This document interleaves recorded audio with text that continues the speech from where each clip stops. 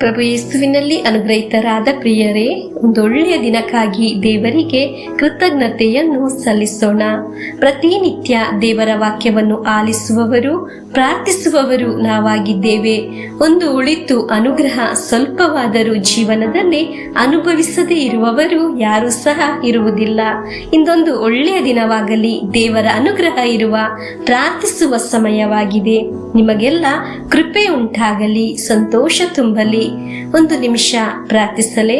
ಪ್ರಭುವೇ, daily blessing ಅಲ್ಲಿ ವಾಕ್ಯ ಆಲಿಸುವ ಈಗ ಈ ಶುಶ್ರೂಷೆಯಲ್ಲಿ ಆಗಿರುವ ವ್ಯಕ್ತಿಗಳನ್ನು, ಕುಟುಂಬದವರನ್ನು, ಅವರ ಪ್ರಾರ್ಥನೆಗಳನ್ನು ನಿಮ್ಮ ಮುಂದೆ ಸಮರ್ಪಿಸುತ್ತೇನೆ. ನಾವು ಪಾಪಿಗಳು, ಬಲಹೀನರು, ನಿಸ್ಸಹಾಯಕರು ಎಂದು ಒಪ್ಪಿಕೊಳ್ಳುತ್ತೇವೆ. ಪ್ರತ್ಯಕ್ಷವಾಗಿ ಪರೋಕ್ಷವಾಗಿ ಪ್ರಾರ್ಥನಾ ಸಹಾಯ ಯಾಚಿಸಿರುವ ಎಲ್ಲರಿಗಾಗಿ ಪ್ರಾರ್ಥಿಸುತ್ತೇನೆ. ಎಲ್ಲರನ್ನು ಈ ಪ್ರಾರ್ಥನೆಯಲ್ಲಿ ಸಮರ್ಪಿಸುತ್ತೇನೆ. ದೇವರ ಕರಗಳಲ್ಲಿ ಎಲ್ಲರನ್ನು ಸಮರ್ಪಿಸಿ ಪ್ರಾರ್ಥಿಸುತ್ತೇನೆ. ನಿರೀಕ್ಷೆಯಿಂದ, ಪ್ರಾರ್ಥನೆಯಿಂದ, ವಿಶ್ವಾಸದಿಂದ ದೇವರ ವಾಕ್ಯವನ್ನು ಆಲಿಸೋಣ.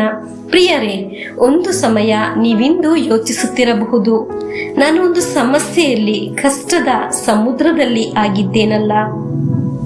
ನಾನಿಂದು ಜೀವಿಸುವುದು ಅಪಹಾಸ್ಯದಿಂದ, ಅವಮಾನದಿಂದ, ನಿಂದೆಯಿಂದ, ಹೀನ ಸ್ಥಿತಿಯಲ್ಲಿ ಆಗಿದೆಯಲ್ಲ. ನನ್ನ ಒಂದು ಜೀವನ ಅಯ್ಯೋ ಸಾಕಾಯ್ತು ಎಂದು ಯೋಚಿಸುವ ಅವಸ್ಥೆಯಲ್ಲಿ ಆಗಿದೆಯಲ್ಲ. ಈಗೆಲ್ಲ ಯೋಚಿಸುವುದಾ? ಪ್ರಿಯರೇ, ಇಂದು ಒಂದು ದೈವಿಕವಾದ ಸಂರಕ್ಷಣೆಯನ್ನು ತಿಳಿಯಲು ಹೋಗುತ್ತಿದ್ದೇವೆ. ನಾಶದ ಕೂಪದಲ್ಲಿ ಆಗಿದ್ದರೂ ಇಂದು ಆಲಿಸುವ ವಾಕ್ಯವನ್ನು ಗಮನಿಸೋಣ. ಇಂದಿನ ವಾಕ್ಯ ಯೋಬನ ಗ್ರಂಥ 5ನೇ ಅಧ್ಯಾಯ 19ರಿಂದ 27ರವರೆಗೆ ವಾಕ್ಯವನ್ನು ಆಲಿಸೋಣ. 5 ಇಕ್ಕಟ್ಟುಗಳಿಂದ ನಿನ್ನನ್ನು ಬಿಡಿಸುವನು, 7ನೇಯದು ಬಂದರೂ ನಿನ್ನನ್ನು ಕೇಡು ಮುಟ್ಟದು. ಬರಗಾಲದಲ್ಲಿ ಮರಣದಿಂದ ಕಾಪಾಡುವನು, ಯುದ್ಧ ಕಾಲದಲ್ಲಿ ಕತ್ತಿಯಿಂದ ರಕ್ಷಿಸುವನು. ನಾಲಿಗೆ ಎಂಬ ಚಾಟಿ ಹೊಡೆತಕ್ಕೆ ಮರೆಯಾಗಿರುವೆ, ಪರಿವಿನಾಶ ಬಂದರೂ ನೀನು ಎದರದಿರುವೆ.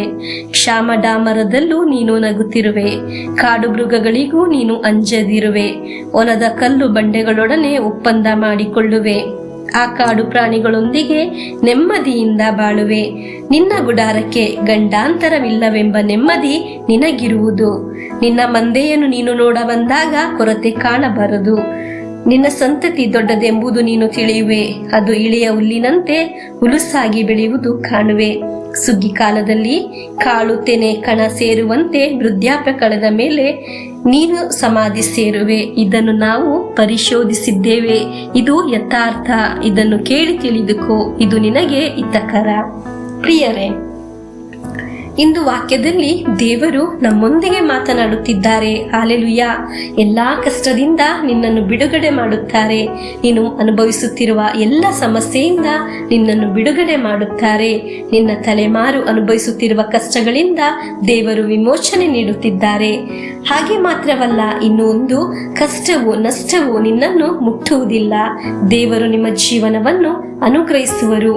ನೀವು ಅನುಭವಿಸಲು ಪ್ರಾರಂಭಿಸುವಾಗ ನಿನ್ನ ಭವನದಲ್ಲಿ ಇರುವವರೆಲ್ಲ, ನಿನ್ನ ಆರೋಗ್ಯ, ನಿನ್ನ ಸಂಪತ್ತು ಸುರಕ್ಷಿತವಾಗುವುದು ಎಂದು ವಾಕ್ಯ ಹೇಳುತ್ತದೆ.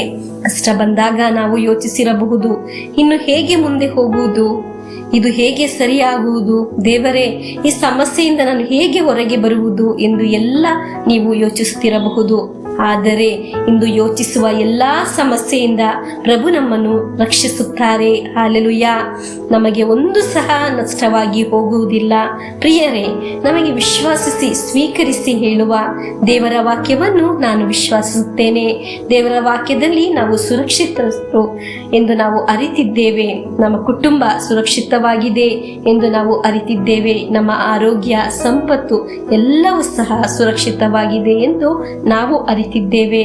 ನಮ್ಮ ತಂದೆ ತಾಯಿಯರು, ಮಕ್ಕಳು ಸುರಕ್ಷಿತರು ಎಂದು ನಾವು ಅರಿತಿದ್ದೇವೆ. ಇಂದು ವಾಕ್ಯ ಆಲಿಸುವಾಗ ಎಲ್ಲ ನಷ್ಟವಾಗಿ ಹೋಗುತ್ತದಾ, ನಾಶವಾಗಿ ಹೋಗುತ್ತದಾ ಎಂದು ಯೋಚಿಸುವವರೂ ಇರಬಹುದು. ಪ್ರಿಯರೇ, ಒಂದು ಅನಾಹುತವೂ ಸಂಭವಿಸುವುದಿಲ್ಲ.